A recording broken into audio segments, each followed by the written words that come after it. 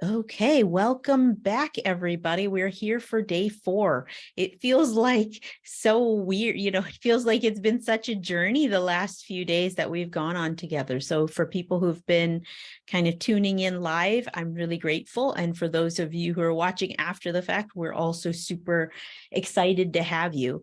A quick reminder, if you can, make comments on these YouTube videos in the comments, because I want to hear what your learnings are. This is how we share and learn from each other. And also the key points you're taking away matter to me, right? I want to find, as a teacher, I want to teacher, educator, and so on. I want to be able to give examples and so on that resonate with people. So when something is working, I want to hear more about it, because then I'll do more of that, right? So just a quick thing, if you don't know who I am by day 4, I'm sure you do, or if you're watching in this playlist, hey, you just came across this video. I'm Anuradha. My pronouns are my name, Anuradha, or they, them, and I work with individuals and small business owners and organizations to help them shed the understanding of capitalism and colonialism that shape who we are, how we show up, how we do our work, so we can build more ethical systems, ethical businesses that are beyond capitalism.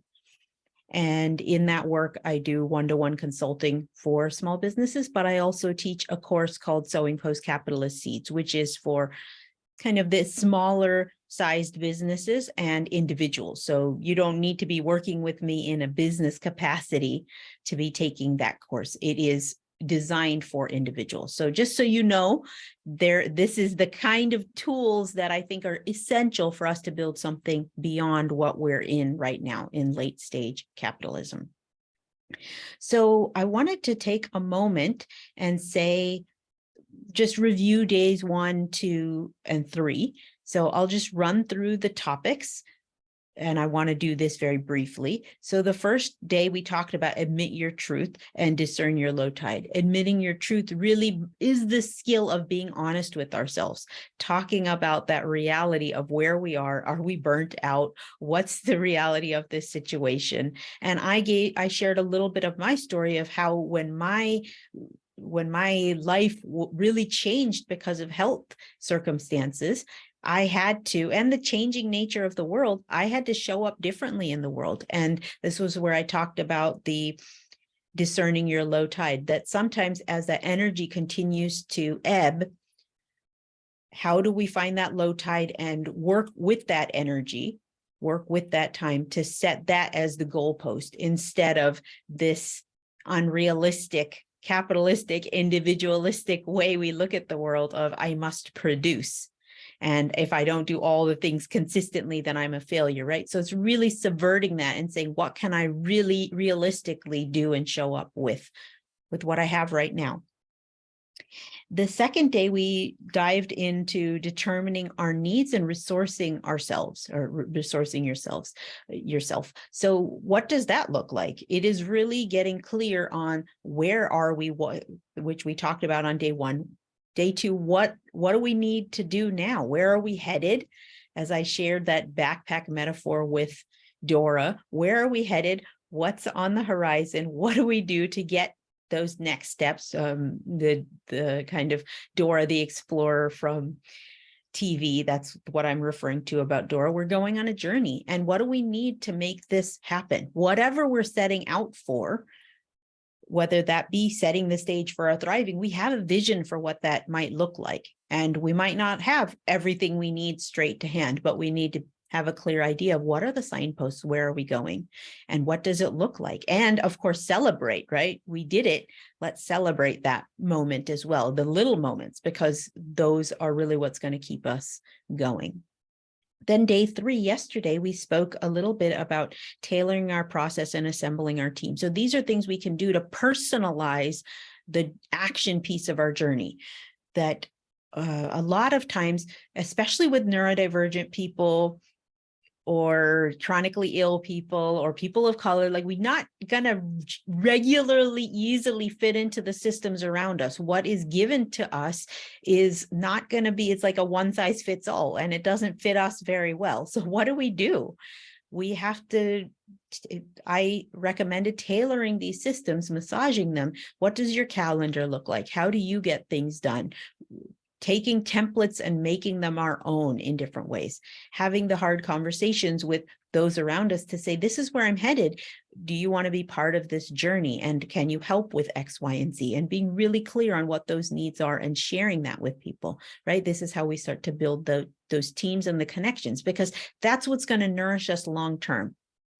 And for some of us who are, there's a really easy free quiz that you can take, which is the 4 tendencies. And that is, I can't think of the person's name right off the bat, but this is an excellent quiz. It's just a few questions. And most people, according to that survey, are obligers. So we're more likely to be obliging other people's requests, or we might be, the second biggest category is questioners. So if you're in those 2 categories, it's good to have a locus of control of where should the accountability come from. If the accountability is outside, sometimes that's helpful to have a partner in crime or a group, a book club, or a anti-racist group that you are continuing to work on, right? So these things help us build the team to get to that goal, whatever that goal is. And let's not forget land and money and the earth and the non-human people, beings that might be helping us, our ancestors, the food supply, animal wisdom, so on. These are all things that can help us on that journey and to build that team. Today, we want to focus on feeling your way and changing your paradigm. So let's get on with these 2 skills for today. Feeling your way. This is a tough one. Well, tough and easy at the same time.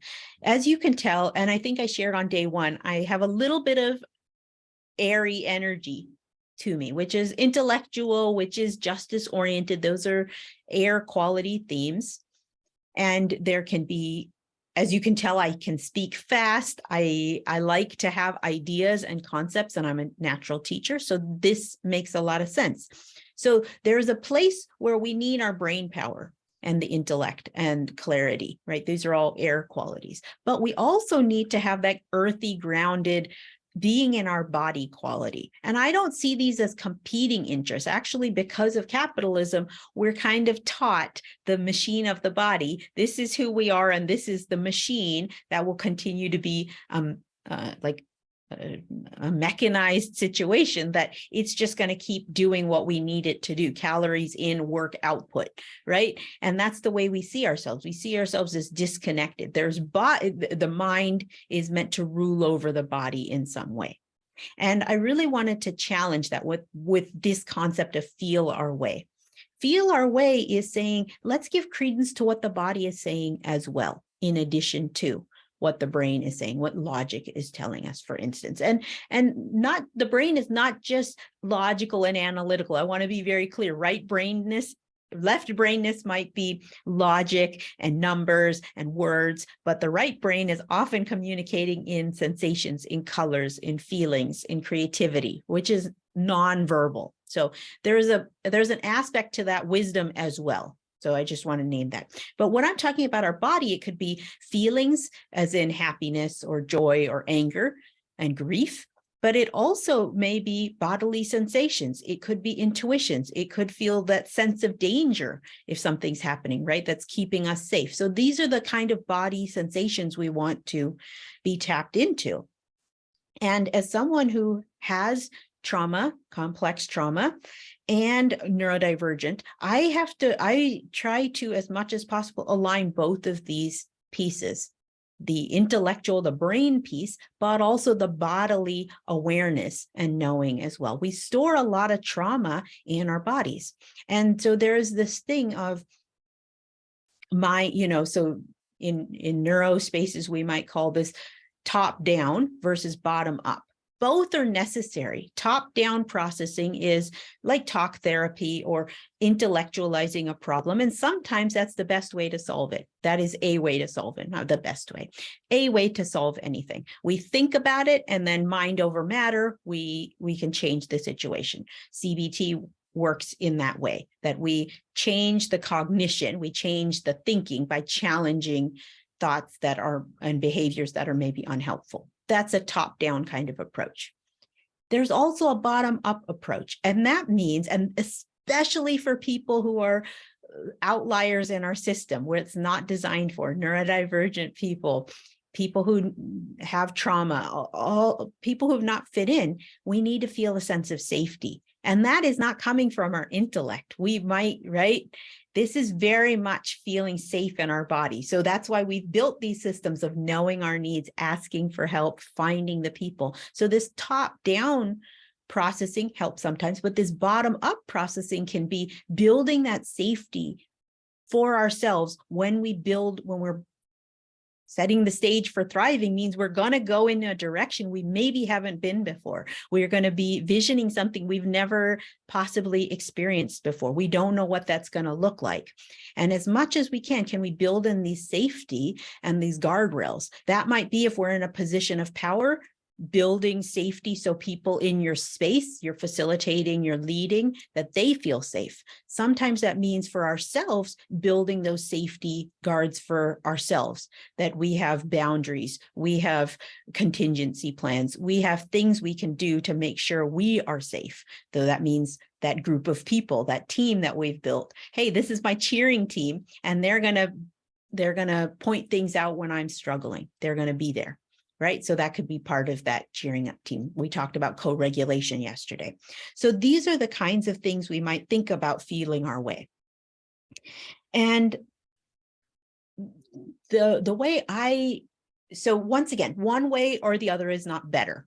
Top down, bottom up, doesn't matter. To me, as a neurodivergent person, I'm not thinking often in linear straight lines. I'm thinking in a web structure. My brain might go in 18 different directions when I have an idea. And that's actually how I ideate for clients. That's actually how I think as an educator. When people are asking me their advice, I'm not thinking this linear path. I'm thinking in 18 directions simultaneously. You can see my mouth can't keep up with that.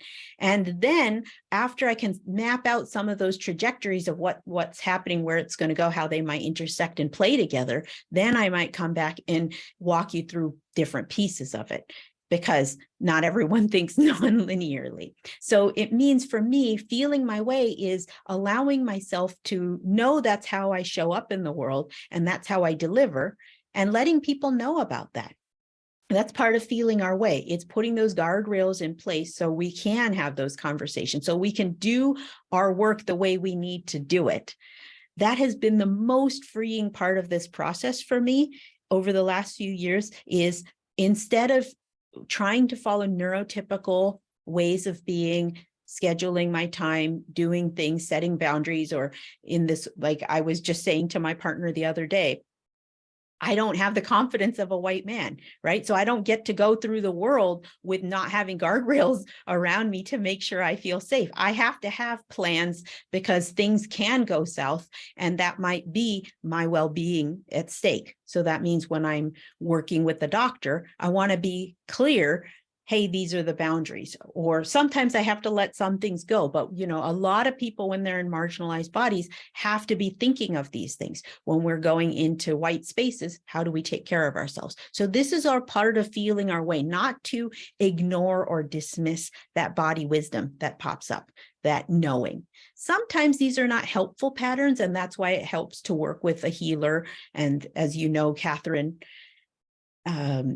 Creighton Crook and Amanda both talked about this in their sessions. Amanda Reckenook talked about different ways we can partner with the body and work with those subconscious beliefs. Therapists can help, but it's also this work of feeling safe in our body and building those systems so we can be safe to do them. And it also, for me, and I've seen this in so many times, a lot of people think the parameters or the boundaries make it not creative. Like, oh, that's not fun. I don't want to think about my budget. But if I know what my time budget is and my money budget is, and I know I have this space and so on, then it allows me to now be creative on the project instead of, I'm not sure. There's just so many gaping holes. It's hard to know and create. There's no container for that plant to grow. And I think about trying to grow where, okay, we have this whole world to grow plants, but then we've not created the soil, the pot, right? When we've created that space, then things can grow. Same with our body, same with these visions.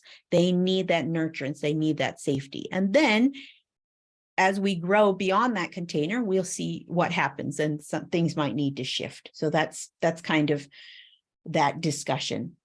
The next part is change your paradigm. I'm behind on time. Oops, that happens sometimes, but I guess I had more to say than I thought. But change your paradigm. This is, to me, the culmination of the skills that I've taught. Now, I'm going to be a little sciencey for a moment. For those of you who don't know, I used to be a science teacher, and I love bringing nature and science topics as things we might to learn from.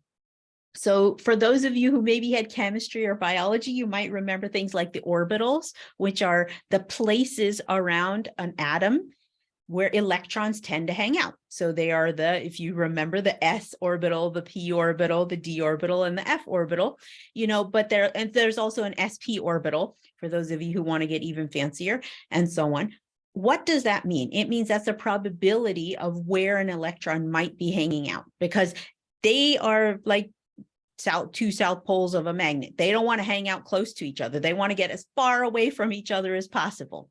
What does that mean for you and me? It means when we are at the, like hydrogen has one orbital, one electron that's whizzing around.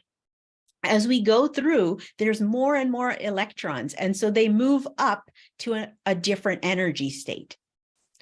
Plants do this as well. Plants have this, if you think back to photosynthesis, in the recesses of your mind, I'm hoping you heard about photosynthesis, and plants have this beautiful capacity. What's happening in chlorophyll is there's the photosystems 1 and 2. A photon comes in, and photons are high energy, right? They are coming at a fast speed. And then what the plant does, the plant doesn't stop there. It forces pushes them through photosystem 1 and photosystem 2, which move this photon up the energy spectrum. So it basically takes this photon that's pretty high energy, and then it pushes it up through this energy system, and then that energy is what funnels through the rest of the system. That's how the whole of life on Earth is possible, is because these plants then use that energy to make water, and with sunlight, water and oxygen into and carbon dioxide, into glucose, which is the main sugar for the whole planet. That glucose that comes from plant matter, ATP, if you want to get really fancy, adenosine triphosphate. That's the energy, a cellular energy of life. It couldn't happen if we didn't have this paradigm shift, this shift of we're going to take something high energy and ramp it up. Same with these orbitals. We need that higher energy. And so what does that mean with regards to what we're talking about here? There's a time for incrementalism, and there's a time for energy shifting and paradigm shifting. Sometimes all we can manage in a certain category, this can happen in a category, this can happen for us globally, that there's a time where we incrementally can show up and say, I'm going to do these steps each day. I am going to market this much. I am going to, whatever it may be, I'm going to make sure I just take my medications this week, right? And you just keep doing that. That's all you can do. So on your to-do list, you make sure that item is happening regularly, incrementally. Okay, maybe next week I'll try to improve that a little bit. So I'll walk a little further. I will eat a little healthier on top of taking these medications, right? So we incrementally improve the situation. There's nothing wrong with that. Sometimes that's all the energy we have, and that's a perfect use of it. But when we're setting the stage for thriving, sometimes we have to set the stage for this paradigm shift. And that's a little bit more work. It means there's going to be a time where it's not just adding a few extra steps to our walking pattern or eating a little healthier. It means we need to physically shift the dynamic, the paradigm we're shifting in. Sometimes that might be shifting our business model. It might be shifting how we show up in the world. It might be shedding, so changing our whole look, right? I know they have these kind of funny things where where they have makeover shows. That's not the kind of change I'm talking about. I'm talking about often it's an internal state that we're talking about, right? That sometimes at this stage, it might not be obvious to people in these previous 3 days of tasks, the skills, that anything's changed. But when we're getting ready for the paradigm shift, that's going to be the big shift. That's where people are going to start to take notice. But it takes a lot more work to set up our systems in such a way we can do that, to harness it. So we need to be like a flower, absorb that energy. And then when we're ready to make this big leap in energy. And what does that look like? Denala Meadows talks about this phenomenon in her work and the leverage point work. She's done a lot of interesting work. And one of the things she's talking about when we're trying to make change in an organization she's referring to, but we could talk about it at an individual level, we often want to think about, let me just change, adding a few extra steps, or let me just, there's so many good examples here. They're all fighting for top billing in my brain. But if we're thinking about changing our financial system, it might be, oh, let me charge a few dollars more. Let me save a couple dollars, right? That kind of thinking. But when we're saying a paradigm shift, it might be, have I been chronically undercharging and not taking care of myself? Like, that is the mentality. When I'm ready to have that paradigm shift, it's going to take a little bit more work than rearranging some money in different accounts or paying off a debt. This is a lot bigger of a change. It means fundamentally how I'm going to show up in my relationship with money is going to be different. And how is that different? It means I'm not going to allow myself to be extracted upon. I am choosing to give in mutual aid and be in relationship with other people around money. It's a very different thing than I'm going to make sure I get my own and I'm okay. But I want to think there's a very big difference with this individualistic approach to money and making sure I'm okay versus, hey, we're okay. And that means union work. That means mutual aid. That means thinking in a collective way. That is a big paradigm shift. It doesn't happen in isolation. We have to prepare for it. We have to lay the work so these paradigm shifts can happen. And that's just money. We can talk about so many other things. When we think about the land not being a thing, and we start to call it a they, and we understand the necessity for land back in a big way, then it goes beyond a land acknowledgement. It goes beyond for us just putting pronouns in our bio. This becomes setting the stage for our thriving.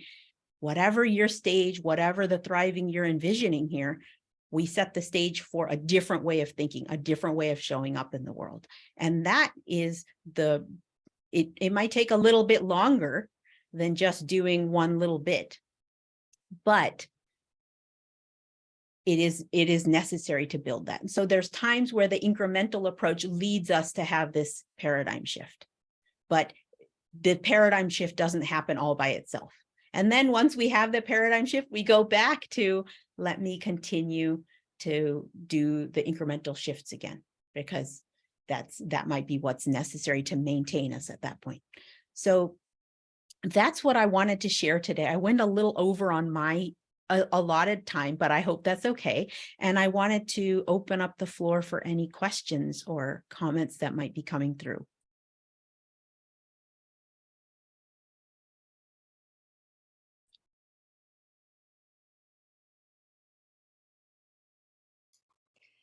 I just had one curiosity. When you're this beautiful kind of overview, do you find that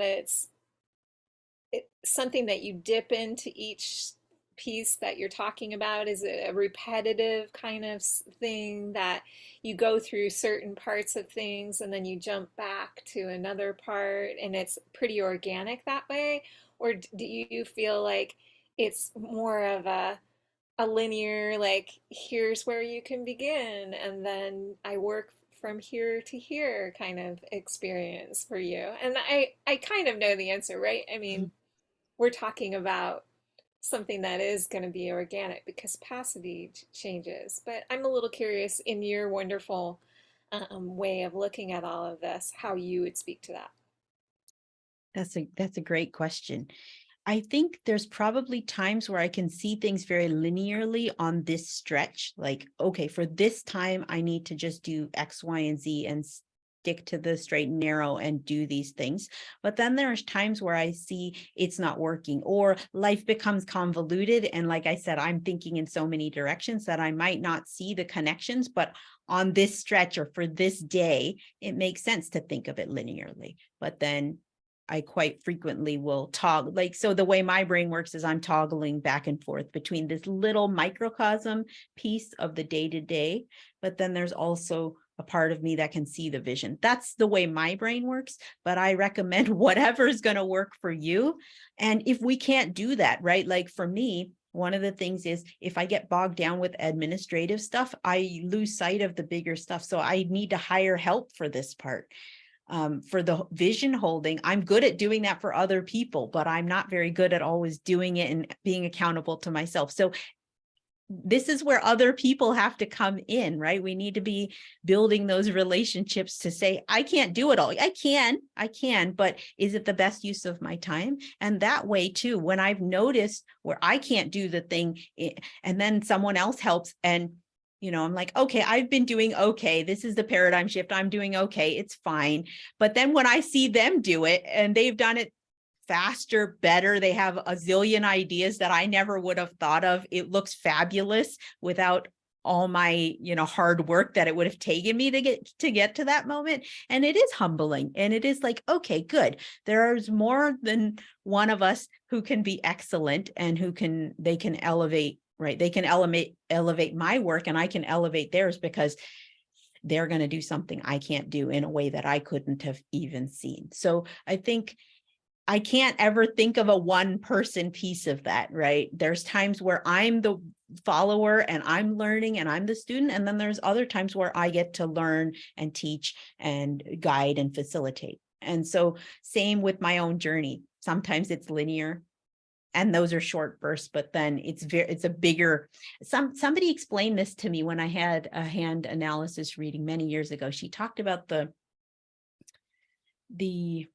what's it called, tapestry, that where we're working behind the scenes to build this, we're building a beautiful tapestry, but we're not seeing it from the front. When we're doing the nitty gritty, we're working from behind. So it's backwards, right? The thing is flipped and we're seeing all the weird sewing lines that don't make sense, right? Like the excess. So it looks kind of funky from the back. We're very close, so it becomes very myopic. And that's very different experience than going around to the front and seeing that progress. So, so I think that's a really good way of thinking about it. There's times where they're both are necessary. That's awesome. Thank you so much for that question. All right.